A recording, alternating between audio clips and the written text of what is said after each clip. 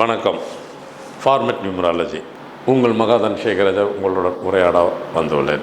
இறைவன் ஒவ்வொரு மனிதருக்கும் அதிர்ஷ்டத்தை ஏதாவது ஒரு இண்டிகேஷன் மூலமாக நமக்கு கொடுப்பார். நாம தான் அதை புரிந்து கொள்ள வேண்டும்.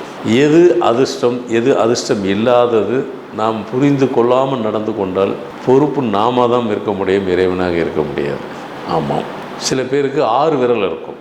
இந்த 6 விரல் வந்துட்டு 6வது விரல் சுண்டு விரலுக்கு கீழே இருந்தால் அது அதிர்ஷ்டம். சில பேர் என்ன நினைக்கிறாங்க, ஐயோ 6 விரல் இருந்தால் அசிங்கமாக இருக்குது, அது இருக்கக்கூடாது அப்படின்னு சொல்லிட்டு அந்த சுண்டு விரல் கீழே இருக்கிறத ஆப்ரேஷன் பண்ணிடுறாங்க. அதிர்ஷ்டத்தை நீங்கள் வேண்டான்னு தவிர்த்துட்டீங்கன்னு அர்த்தம். அதே 6வது விரல் கட்டை விரல் கீழே இருந்துச்சுன்னா அதை நீங்கள் எடுத்துடலாம். ஏன்னா அது அதிர்ஷ்டம் கிடையாது, அதுதான் துரதிர்ஷ்டம். நீங்கள் மாறி செய்வீங்க, அதை அப்படியே பத்திரமா வச்சுருப்பீங்க. அது அவங்கவுங்க நேரத்தை பொறுத்தது. ஆமாம். ஸோ அதனால் வந்துட்டு இதை செய்யலாம், நீங்கள் ரிமூவ் பண்ணலாம். சுண்டு விரல் கீழே ரிமூவ் பண்ணாதீங்க, அதுதான் உங்களுடைய அதிர்ஷ்டம். அதிர்ஷ்டத்தை எக்காரத்தை கொண்டும் நழுவ விடாதீர்கள். ஏன்னால் கடவுள் வந்துட்டு அதிர்ஷ்டத்தை ஒரே பேட்டர்னில் கொடுக்க மாட்டார். பல வகையில் ஒவ்வொரு மனிதனுக்கும் ஒவ்வொரு பேட்டர்ன்லேயும் ஒவ்வொரு முறையிலையும் ஒவ்வொரு வழிமுறையிலையும் கொடுப்பாரு. அது பேசாமல் இருக்கும், அது உங்களை வேறு லெவலில் கொண்டு போய் விட்டுரும். இன்னும் நிறைய பேருக்கு இருக்குது, பெரும் கோடீஸ்வரன் அது இருக்கும், தெரியாது. அப்படி சைக்காஸ்ட்ரலாக இருப்பாங்க, அங்கே பார்த்தா சைலண்ட்டாக இருக்கும்.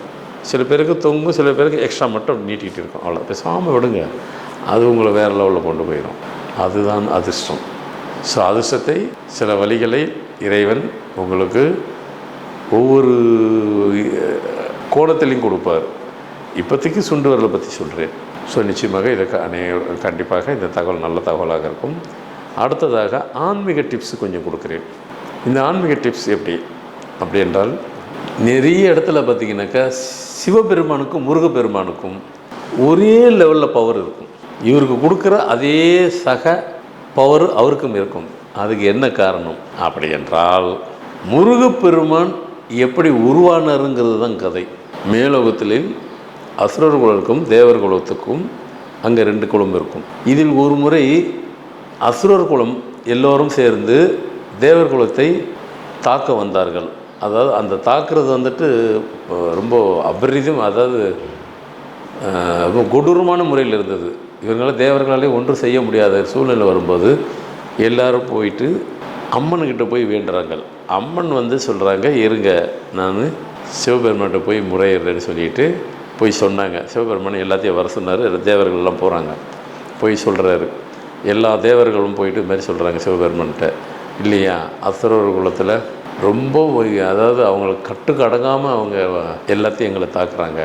அப்போது சிவபெருமானே பார்க்குறாரு, ஆமாம் ரொம்ப மூர்க்கத்தனமாக தாக்கிட்டு இருக்கிறத பார்க்குறாரு. சரி, இவர் நாம் அடக்கணும் ஒடுக்கணும் என்றால் நாம் புது சக்தியை உருவாக்கணும்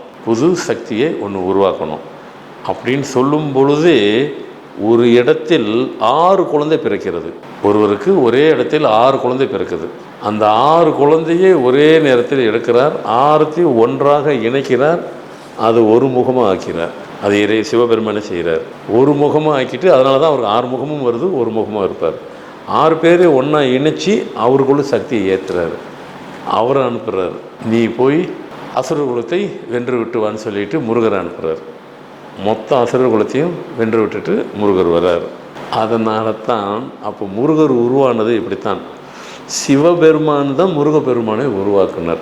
அதனால் சிவபெருமானுக்கு என்னென்ன வழிபாடு வழிமுறைகள்லாம் இருக்கிறதோ அப்படியே முருகப்பெருமான் இருக்கும். இவருக்கு என்ன பவர் இருக்கோ அதே பவர் தான். ஏன்னா முருகப்பெருமான் சிவபெருமான் 2 ஒன்று தான், வேறு கிடையாது. சிறு சிறு மாற்றங்கள் தான் இருக்கும். அதனால் ஏன் முருகப்பெருமானுடைய பவர் இப்படி இருக்குங்கிறதை நிறைய பேருக்கு அந்த சம்பவங்கள் தெரியாது என்பதனால் ஆன்மீக மூலயமாக நமது நிகழ்ச்சியில் உங்களுக்கு சொல்லப்பட்டிருக்கு. நிறைய பேர் அதை தெரிந்து கொள்ளலாம். நிச்சயமாக இந்த ஆன்மீகம் டிப்ஸ் உங்களுக்கு யூஸ்ஃபுல்லாக இருக்கும் என்று நினைக்கிறேன். அடுத்து பொது டிப்ஸாக ஒன்று கொடுக்கிறேன். பொதுவாக ஒரு டிப்ஸ் என்று எடுத்துக்கொண்டால், அடுத்து பொது டிப்ஸு. இந்த பொது டிப்ஸில் பார்த்திங்கன்னா, பெண்கள் வழக்கத்துக்கு மாறாக அப்படி என்றால் பெண்களுடைய ஹைட் அப்படின்னு பார்த்தீங்கன்னா 5.8, 2, 3, 4 இப்போ வர பெண்கள்லாம் கூட இருக்கிறாங்க. 5.4 நார்மல், அதிகமாக 5.4 நார்மல். ஏன்னா ஆண்களுக்கு தான் நார்மல் 5.4, பெண்களுக்கு நார்மல் 5.2. இது ஜென்ரல் பொதுவான கருத்து. ஆனால் வழக்கத்துக்கு மாறாக பெண்கள் 5.7, 5.8 இந்த உயரத்தில் பெண்கள் இருந்தால் நிச்சயமாக இவர்களுக்கு சரியாக சமைக்க கற்றுக்கொள்ள மாட்டார்கள். ஆனால் இவர்கள் சமைத்தால் ருசியாக இருக்கும். இது உண்மை. செக் பண்ணி பாருங்கள். இவர்கள் சமைக்கிறதுல பெரிய ஈடுபாடு கொள்ள மாட்டார்கள். ஆனால் இவர்கள் கையால் சமைத்தார்கள் அவ்வளோ டேஸ்ட்டாக இருக்கும், அவ்வளோ ருசியாக இருக்கும். அது இறைவன் கொடுத்த வரம். அது உண்மைதான். அது நீங்கள் செக் பண்ணி பாருங்கள். உயரமாக இருக்கிற அது 5.7, 8 அந்த உயரத்தில் உள்ள பெண்கள் சமைத்தார்கள். நீங்கள் சாப்பிட்டு பாருங்கள், அவங்களே கூட கேட்டு பாருங்கள். ஆனால் அவங்களுக்கு உண்மையிலே வழக்கமாக நல்லா சமைக்கக்கூடிய அளவுக்கு அவங்களுக்கு செய்ய மாட்டார்கள். ஏதோ சும்மா ஏனோ தானே தான் செய்வார்கள். ஆனால் அப்படி டேஸ்ட் இருக்கும். அது அவங்க கை பக்குவம், இறைவன் கொடுத்த வரும்.